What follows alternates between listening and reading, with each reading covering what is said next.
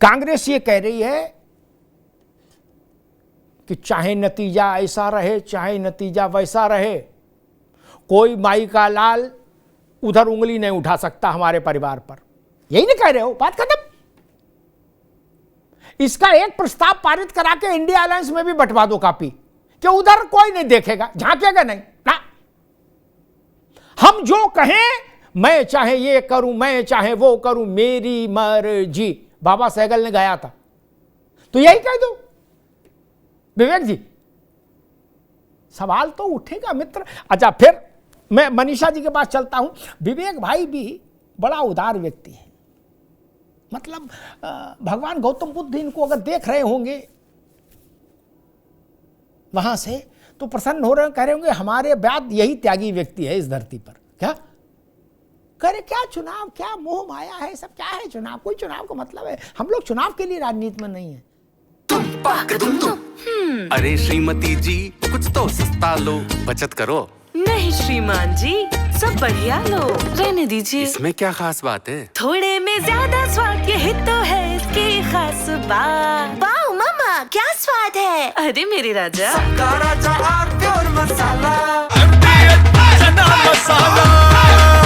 अब छोलिया हो या लोबिया, सफेद चने या काले चने, सब कुछ मजेदार बने।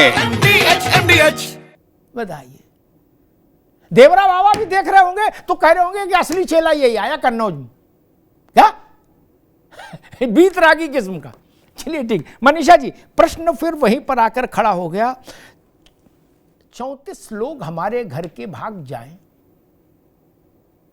हमारी रणनीति और व्यवस्था के विरुद्ध मतदान कर जाएं, और हम कहें ये कोई मुद्दा है यार, क्या है, विषय क्या है, क्या? और अगर इसके उल्टा एनडीए के 5 सांसदों ने कांग्रेस के पक्ष में मतदान कर दिया होता और कांग्रेस 334 के बाद 340 पर पहुंच गई होती, तो आज डिस्को हो रहा होता कि नहीं हो रहा होता, यहां भांगड़ा हो रहा होता कि नहीं हो रहा होता, बताया जा रहा होता कि नहीं कि विश्व का सबसे बड़ा घटना यही है कि राहुल जी के नेतृत्व में 5 सांसद तोड़ लाए हम। मनीषा जी, अब 15 को बताया जा रहा है कि सांसदों की कोई हैसियत है। अभी हमारे मित्र कह रहे थे 11 सांसद 15 सांसद को हैसियत है। 20 लाख लोग, 25 लाख लोगों पर एक आदमी चुन के आता है, बताया जा रहा है 15 सांसदों को हैसियत ही नहीं। तो वो क्या कंचे खेलने के लिए आए हैं लोकसभा में? मनीषा वाजपेयी, मुझे लगता है कि जैसा आप कांग्रेस और सपा के प्रवक्ता कह रहे हैं, सोच रहे हैं, यही सोच के कारण ये लोग हार रहे हैं। इसी कारण जो नेतृत्व जो राहुल गांधी जी का है, जिनके नेतृत्व में बहुत सारे दल उनके साथ एकत्रित हुए हैं और एक अलायंस बनाया गया है, वो भी जब आपका नेतृत्व करने वाला व्यक्ति, जिसको प्रधान कहा जाता है, वो ही अगर आपको उस समय गायब हो जाए, मॉक ड्रिल में वो थे नहीं, आपकी रणनीति बनाने में वो थे नहीं, आपके वोट इनवैलिड हो रहे हैं, आपके वोट ट्रांसफर हो रहे हैं, उसके बाद भी आप चिंतित नहीं हैं, एक आंकड़ा दे रहे हैं कि हम इतने बढ़ गए। अरे 5% कम हो गए, आप बड़े थोड़ी ना है, बड़े तो सांसद आपके बड़े तो इसलिए आप बढ़ गए।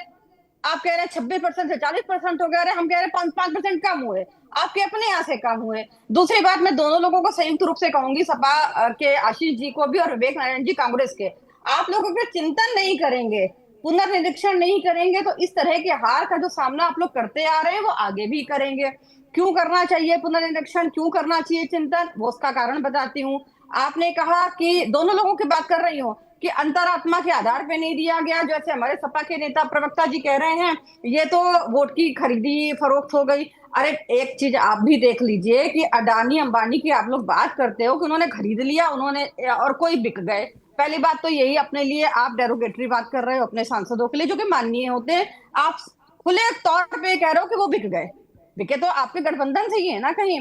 तो पहली बात तो आप उनको मानसिक तौर पे अपने साथ जोड़ नहीं पाए, तो ये आपकी फेल्योर हुई, आपके नेतृत्व में कमी है, ये आपकी फेल्योर हुई। दूसरी बात क्या है, अगर आप सोरोस का नाम लेंगे तो 1000 करोड़ रुपए के लिए फंडिंग उन्होंने कहा है कि मोदी जी को हटाओगे हम फंडिंग दे रहे हैं, तो आपके पास तो बहुत बड़ा फंड है, इस पर भी ध्यान रख लीजिए। विवेक नारायण जी कह रहे हैं कि अंतरात्मा की आवाज पे नहीं दिया, जैसा ये आशीष जी ने भी कहा, और उन्होंने कहा हमारा कैंडिडेट था वो बहुत अच्छा कैंडिडेट था, 26 अगस्त का आप दैनिक जागरण में, मैंने बहुत सारे अखबार जो है सब्सक्राइब कर रखे हैं क्योंकि मुझे अच्छा लगता है कि मैं सारी खबरों से अपने आप को अपडेट रखूं। 26 अगस्त का दिन बता रही हूं, दैनिक जागरण दिल्ली में निकला है कि बस्तर के राम टेके जी जो कि उत्तरी बस्तर से हैं और कांकर क्षेत्र के उस समय 2011 में उप सरपंच थे, वो आए और उन्होंने सांसदों को पत्र लिखा है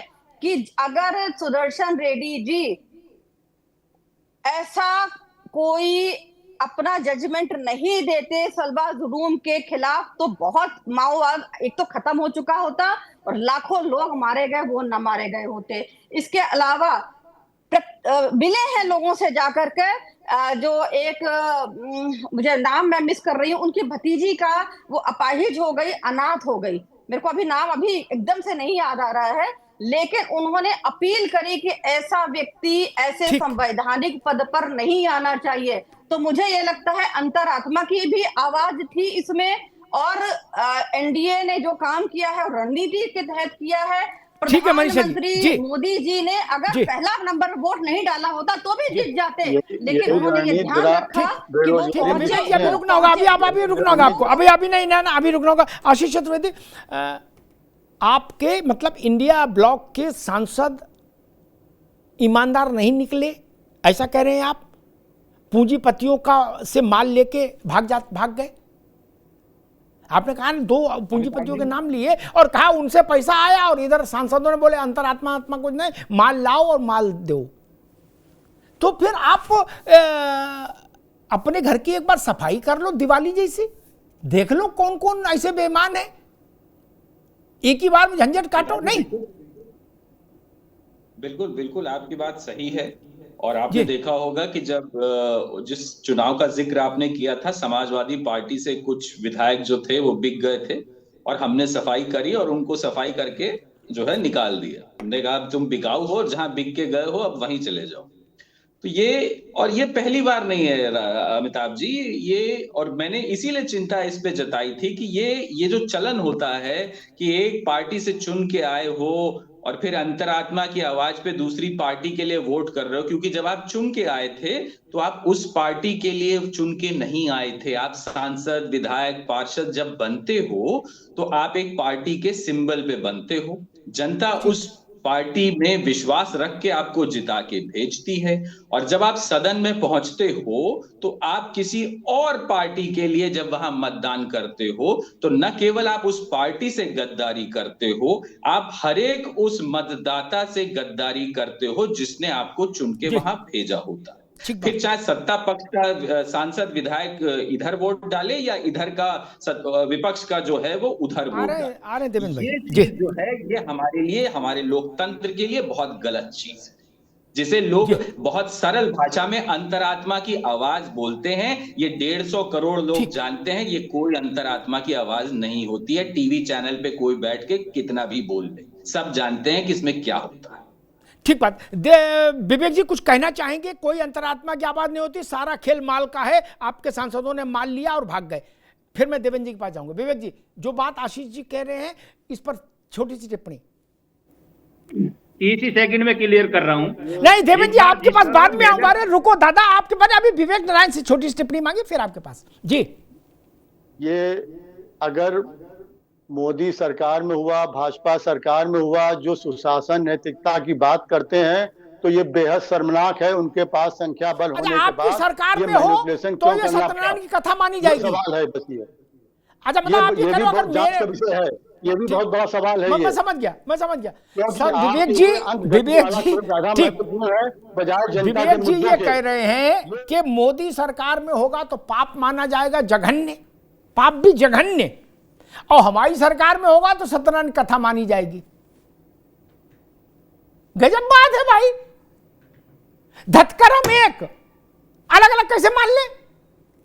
पाप एक, बोले हमारे में हो तो मानना ये नवरात्र का मामला है, और उनके में हो तो मानना जघन्य पाप है। अरे भैया सीधी बात बोलो। अब भारत बदल गया महाराज, कहां चक्कर पड़े हो? इसीलिए लोग लपेट लेते हैं कांग्रेस को। या तो एक स्टैंड ले लो जैसे आशीष ने लिया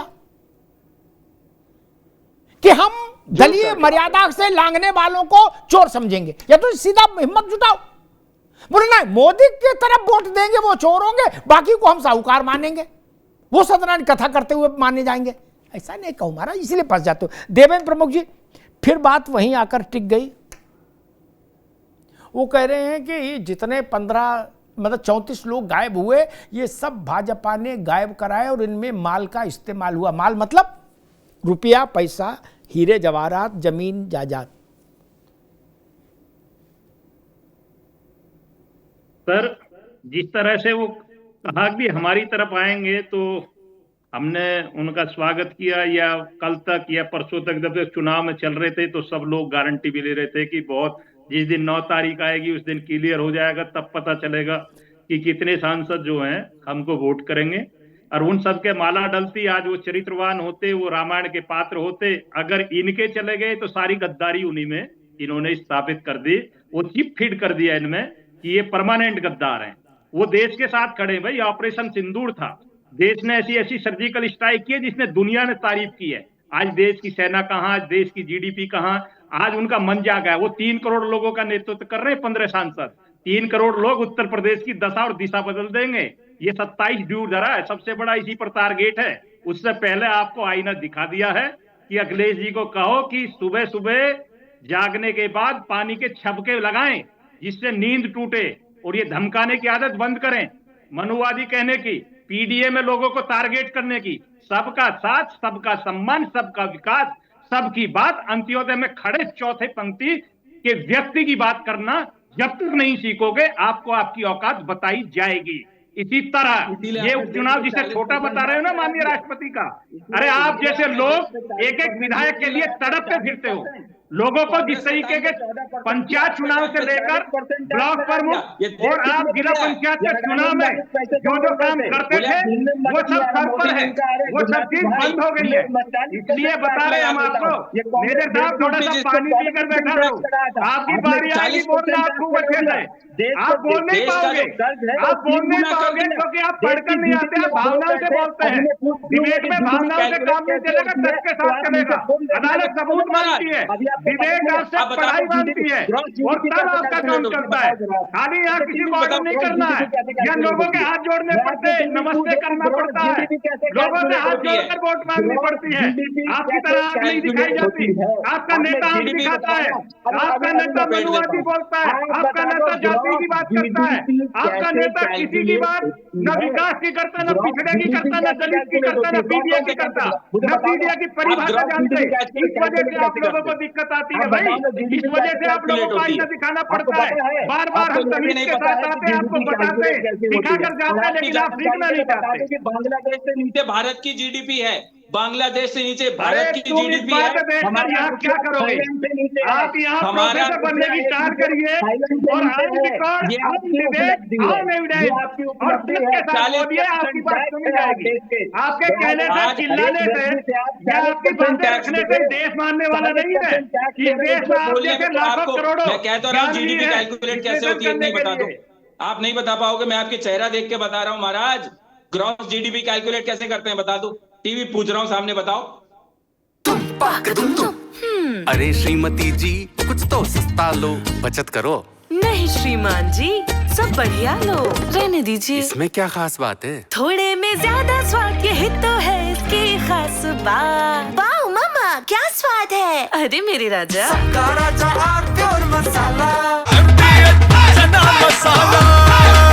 अब छोलिया हो या लोबिया, सफेद चने या काले चने, सब कुछ मजेदार बने।